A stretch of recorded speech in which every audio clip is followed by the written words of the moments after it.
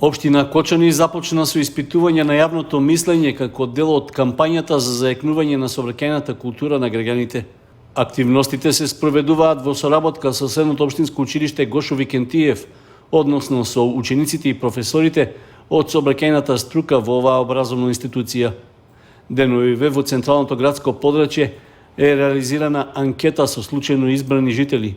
Прашалникот е поврзан со проблемите и предизвиците во сообраќајот, како и користењето на еколошки превозни средства и паркирањето во Централното градско подрачје.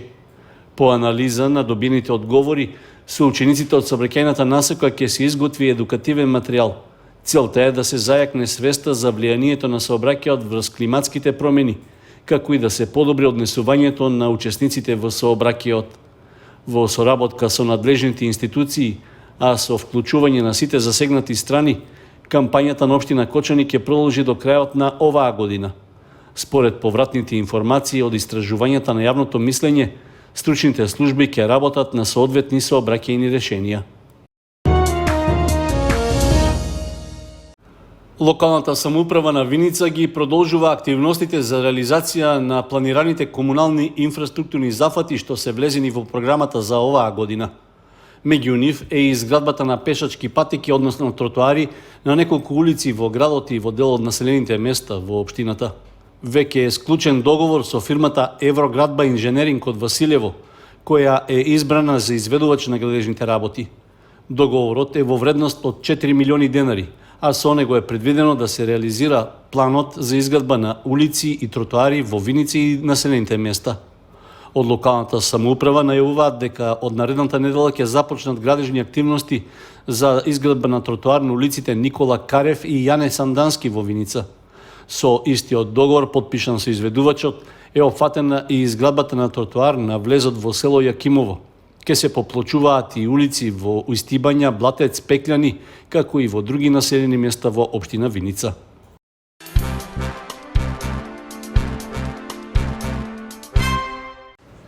Основното музичко училиште Ристо Јуруков приреди концерт со своите ученици, со што ја одбележа 95 годишнината од раѓањето на патронот и основач и 66 години од постоењето на институцијата. Изминатата учебна година за Кочанското музичко училиште, кое е едно од најстарите во државата, беше меѓу најуспешните со освоени голем број државни и меѓународни надпревари. Во рамки на празничната свеченост беа доделени и признанија за најуспешните ученици.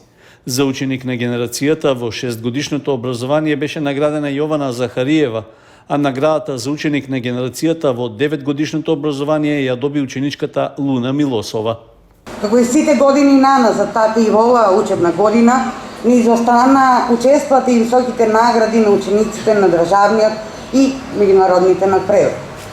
24 ученици со нивните ментори го збогатија нашето училиште за уште 11 први, 7 втори, 8 трети награди и 10 похвалници. Може да заклучиме дека нашата основна цел да придонесеме во креирањето на детскиот дух и младата детска личност, учејќи ги децата да го препознаваат и вреднуваат убавото, и оваа учебна година е успешно реализирана. На концертот по повод одбележувањето на патронниот празник на музичкото училиште Ристо Јуруков, учениците исполнија популарни и класични композиции. При тоа учествуваа и хорот и оркестарот во училиштето. Посебен впечаток кај публиката предизвика настапот на оркестарот на традицијски инструменти со обработка на македонски народни мотиви.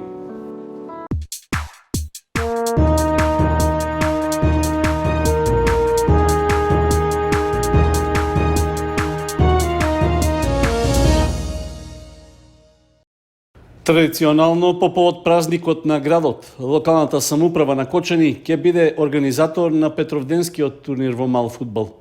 Спортската манифестација годинава ќе се одржи по 20 пат, а од општината веќе упатија повик до заинтересираните спортски екипи да го пријават своето учество за надпреварите. Според условите во повикот, секоја од екипите има обврска да уплати по 2000 денари на сметката на Општинскиот фудбалски сојуз на Кочани како котизација. Исто така треба да се достави име на клубот како и список со имињата на 10 играчи. Со оглед што Петроденскиот турнир се игра во конкуренција на постари јуниори и сениори, сите играчи треба да имаат наполнето најмалку 16 години. Пријавувањето на екипите трае до 15 јуни, а потребните документи се доставуваат до едношалтерската канцеларија на општина Кочани. Ждребувањето ќе се одржи во договор со екипите кои што ќе го пријават учеството. За најдобрите екипи, како и за поединците, исто како и на измијатите Петровденски турнири, предвидени се награди и признанија. Општина Кочани, која го организира Петровденскиот турнир во соработка со Општинскиот фудбалски сојуз, обезбеди прва награда во износ од 60.000 денари, втора од 30.000, додека третата изнесува 15.000 денари. Со писмен допис до медиумите, шефот на стручниот штаб на фудбалскиот клуб Осогово Александар Андов ја известува спортската јавност во Кочани и пошироко дека поднесе официјална оставка на функцијата. Во дописот, меѓу другото, стои дека по направените анализи за сезоната што заврши, тој решил да поднесе оставка од функцијата шеф на стручниот штаб на клубот. На ваков чекор се одлучив и решив бидејќи јас ја преземам одговорноста за тоа што нашиот градски миленик не успеа да го сочува местото во втората единствена македонска лига. Иако испаднавме од лигата со освоени 31 бод, 4 бода повеќе од минатата сезона, а минатата сезона беше изборен опстанок со 27 бода. Во оваа прилика сакам да им заблагодарам на сите играчи кои беа дел од клубот, особено на капитенот Тоше Манов, на кого му посакувам да биде носител на играта и со неговите голови да го врати клубот оному каде што припаѓа. Исто така упатувам благодарности на заменикот капитен Никола Стоиловски, на нашите нови фудбалски бисери Стојанче Тренчев, Јован Дојчинов, Борис Донев и сите кои беа од други градови а играа за Осогово како да потекнуваат од Кочани.